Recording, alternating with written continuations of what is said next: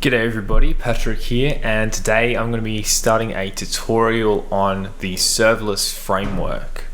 So Serverless Framework is a way for deploying serverless applications on AWS and other cloud providers, though we'll be focusing on AWS. And it is one of several options for doing this. So you can directly deploy Lambda functions if you're a masochist, or you can use Serverless Framework like I'm about to show you. There's also another alternative specific to AWS called AWS SAM or SAM or Serverless Application Model. However, Serverless Framework is cloud agnostic, so it works with any of the clouds. However, we're going to focus on some AWS specific features in this tutorial.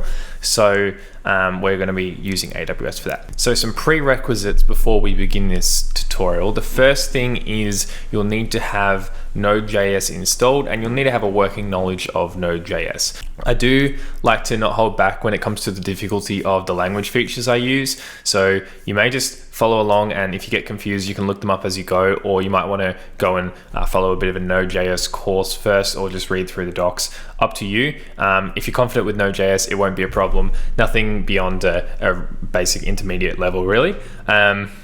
So Node is the first thing you'll need. You'll also need an AWS account, and I've got a tutorial on setting that up, which is currently in the works. So hopefully by the time this tutorial is uploaded, that'll also be ready, and I'll put the link for that in the description if you don't have an AWS account right now. On getting one set up properly and securely, there are some gotchas there, so I'd recommend you follow that tutorial to make sure you're doing it the right way, making sure you're not making your environment easily accessible by hackers and so on.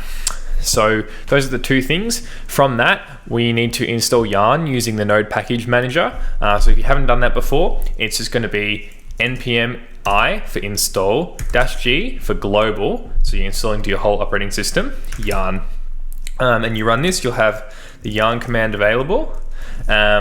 Oops, I just Yarn installed nothing. That's all right. And what we're going to do with the Yarn command is we're going to initialize this particular folder so the Yarn package is there. So we're going to go yarn init -y.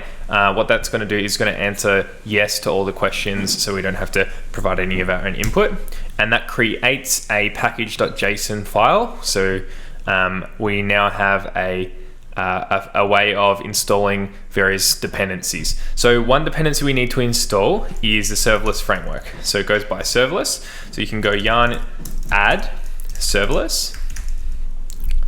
That's one way of doing it. I'm not going to press enter on that though, because I like to just keep Serverless Framework installed globally on my computer. And the way I do that is to go npm install -g serverless. And that way I have this command available to me. If you install with Yarn, you go yarn add serverless, you're going to need to go yarn serverless every time you want to reference serverless, because you're going to be using it from the command line. Another thing you can do as well is you can actually use the SLS command, which is the same as serverless, so it's basically an alias. And I like to do that, it's a bit quicker to type.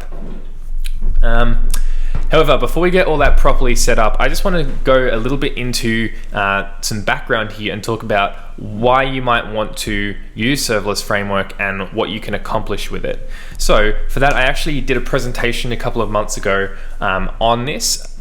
We didn't go as deep into the demos of serverless, just some very basic stuff, but I did a lot more on the sort of context and how serverless came to be as a concept and also as a framework, and when you might use it versus when you might not use it. So let's begin with a history lesson. If you look back to the 1960s is where we're going to begin this. We could in theory begin far earlier with the advent of computing, with mechanical devices in the late 1800s, but let's begin in the 1960s because that's when things really started to take off.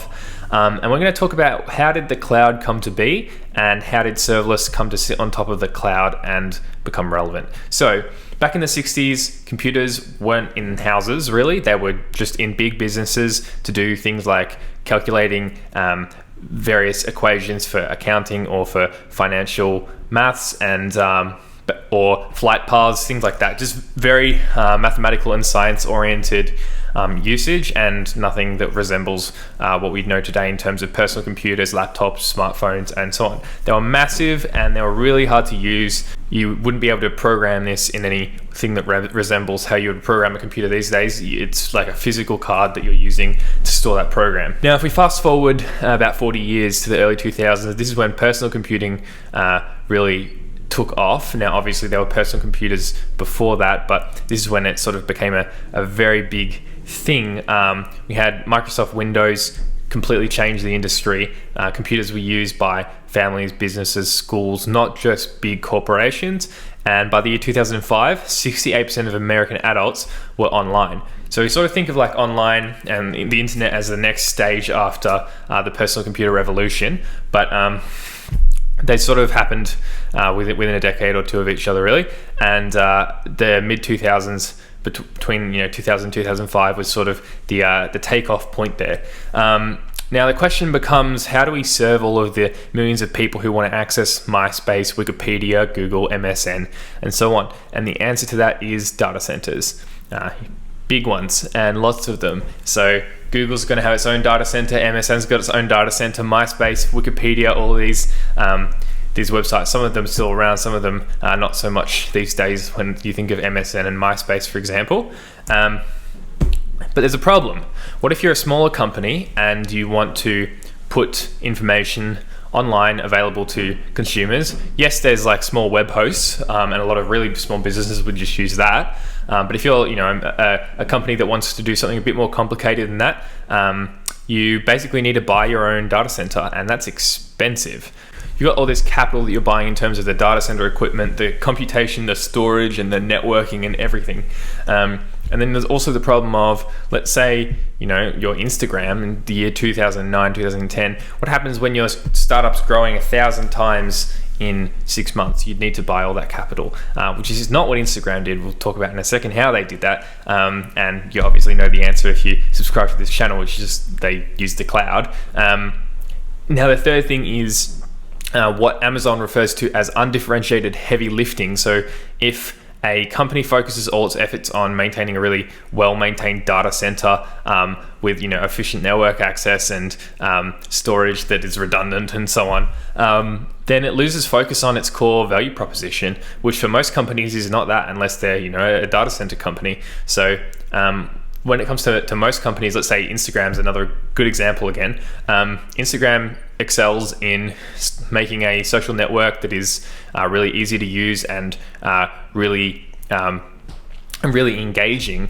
That doesn't so much include managing a huge data center. Now, Instagram is another technical interesting one because they are owned by Facebook, and Facebook does manage their own data centers. If you think of another company like Netflix, for example, they put all their infrastructure on AWS because they don't want to manage their own data centers. It's just not their core value proposition. So that's the benefit of using the cloud for them. So here comes the cloud. Now I say along comes AWS. Obviously there's other cloud providers, and naturally I do have a bit of a bias to AWS for just the arbitrary reason that it's the one that I have learned. But AWS was, one could argue, the first major cloud provider that was available to these companies. And so around 2006 or so is when this became publicly available, just with some basic services, EC2, SQS, and so on. And it wasn't really hard to convince a lot of these smaller companies, especially, that it was a good idea starting out to begin on the cloud. Because who wants to spend tens of thousands, if not hundreds of thousands or millions of dollars on infrastructure when the business isn't certain? It's much easier to pay as you go, pay for what you use. So that's the benefit of the cloud, and that's the key distinction I wanted to draw between traditional data center based computing and a cloud-based model, because it's very similar between what is now traditional cloud-based computing and serverless. It's sort of the same leap of faith where you say, we're going to take this level of abstraction one step further, and we're going to say, instead of paying to rent a server like you do with Amazon EC2, for example, you're going to pay to rent the execution time of a function. And so anyway, let's continue about this about the cloud. So these are some examples of companies that have very early on worked with AWS. Most of them still do. On the top row there, so Netflix, SoundCloud, Dropbox, Reddit, Twitter, Pinterest, and so on. Or more recent customers like NAB Bank in Australia, iCloud, and the US Department of Defense. So there's plenty of big companies and small companies alike who are using the cloud now. Now the question becomes, why serverless in particular, and some demos. This is obviously just the presentation I was delivering before, so the demos are going to be now sort of like a tutorial for you guys. So where does serverless fit into all of this? Well, AWS has a massive amount of infrastructure, and estimating capacity for the customers can be hard on that infrastructure in terms of, I've got this fleet of servers, they use such and such amount, but we don't know, it varies on a daily basis. Maybe we get a big spike on Christmas, maybe we get a big spike at 3 in the morning. It depends on the particular customer base. And why wouldn't we just, as a cloud provider, pull all of their server computational resources, which they're kind of already doing, and instead of renting them out to individual people, they'd rent based on the amount of computation that they need to do, not on a per server basis. So they're paying for the execution itself. So this is where serverless is sometimes referred to as functions as a service. So if you're familiar with the idea of functions in a programming language, like let's take for example JavaScript, because that's what we're going to be using with Node.js. If you run a function that, let's say, adds two numbers together, you'll have function add equals, you've got A and B are the parameters, and then it returns A plus B, right? So there's somewhere in the world for that function to compute. There's got to be a physical server somewhere, a physical computer, and it might be your own computer, that is taking these two numbers, storing them in a register somewhere, and doing some hardware computations to add those two numbers together, and then returning the result. But the key idea of serverless is that no one really cares where that happens. It just matters that it does happen. And so what happens is AWS has all of this massive amount of computational resources, and they get pulled together, and you can just request to have this function be computed, and you don't care where the server is. Well, down to the region you care, but you don't really care what computer it's on, and the function will get completed, sent back to you. There you go. And this all happens in a matter of milliseconds. So that's the appeal of functions as a service. The other thing is, and I'm sure some of you, if you've worked with this at work, for example, you may be laughing at me right now because it can get expensive, but Lambda and serverless can actually be pretty cheap as well. It depends on the use case. For something that is very rarely used, it's almost certainly going to be cheaper than having a constantly running server. The question becomes a bit more difficult if you have a very popular application that has like a steady load. In that case, it may be cheaper to run it on servers that you rent or own. But in this case, Lambda is you can see these calculations here, 50,000 page views a day, and some other numbers there. It ends up costing like 9 cents a day. It's pretty cheap. So you also get 5 million free requests a month with Lambda, so that's pretty generous free tier. And so basically how we're going to approach this is we're going to write code just like normal. If you've ever used Express in Node.js, that's going to be a helpful background because it's very similar to the way we do that, except instead of then going start our API, node server.js, for example, we're going to deploy to AWS Lambda. We can also deploy locally just for testing. And then we have this API that is only active when we're actually making requests to it. And so we're going to use the serverless framework to handle deployment, routing, logging, and all of that. We're going to access our API, make all the requests we want, and we don't need to worry about the operating system underneath that's running the servers, load balancing, scaling, whatever. It's like, if you're familiar with containers and Docker and ECS or Kubernetes, things like that, it's sort of like the next level on top of that, where you don't even worry about the servers underneath. You're just worrying or about the containers. You're just worrying about the function itself. So it's really powerful and really interesting. So let's get started, and just I want you guys to follow along with me. I will put a GitHub repo link in the description as well, so you can follow